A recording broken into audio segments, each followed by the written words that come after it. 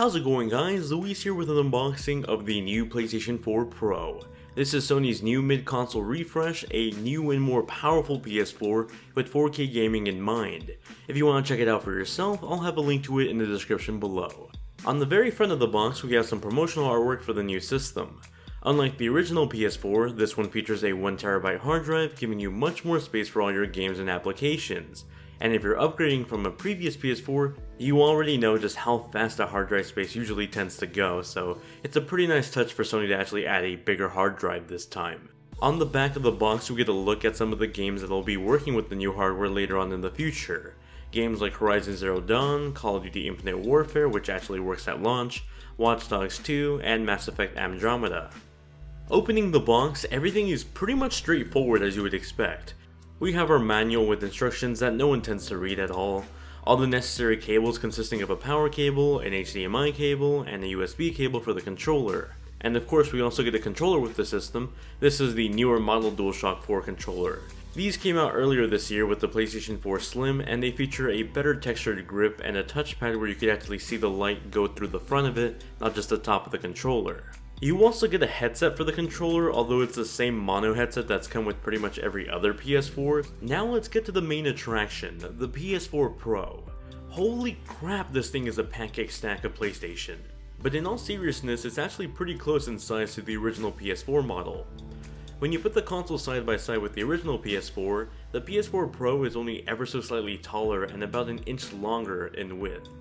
The biggest noticeable difference for me is the weight of the console. This thing is significantly heavier than the original PS4, although it somewhat almost has the same form factor.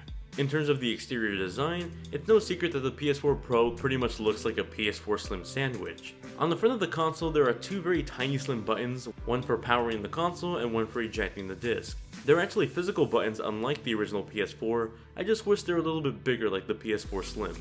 Also on the front are two USB ports on the right side of the console, perfect for connecting any controllers or USB drives. On the back of the console you have your power cord port, an HDMI 2.0 port. This will allow you to play your games and watch video streaming content in up to 4K resolution. There's also a port for the PlayStation camera if you might be using this with the PlayStation VR in the future. Now this is pretty cool for anyone that was upset about losing the optical audio jack on the PS4 Slim. It's back on the PS4 Pro along with the Ethernet port and an extra USB port. The extra USB port is actually really handy because now you'll be able to hide a lot of the primary cables connecting your PS4 Pro to your PSVR. This is because the PS4 Pro is actually the first PS4 to have a USB port on the back of the console and not just the front. Some other nice touches in design is the reflective PlayStation logo at the very top of the console. It definitely looks very premium, and I like the fact that it almost pretty much works as a mirror. I do have to say though, my favorite touch by the design team is the fact that the feet of the PS4 Pro, the thing that helps it stand up, are all PlayStation logos. It's a pretty darn awesome Easter egg from the PlayStation design team, so hats off to you guys. And that's just a very quick first look and unboxing of the PlayStation 4 Pro.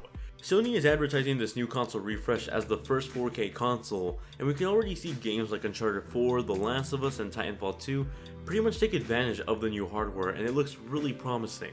I'll be working on a full review later this week, so be sure to join the notification squad if you haven't already. Thank you all so much for watching, drop a like if you enjoyed it, and I'll catch you all in the next one.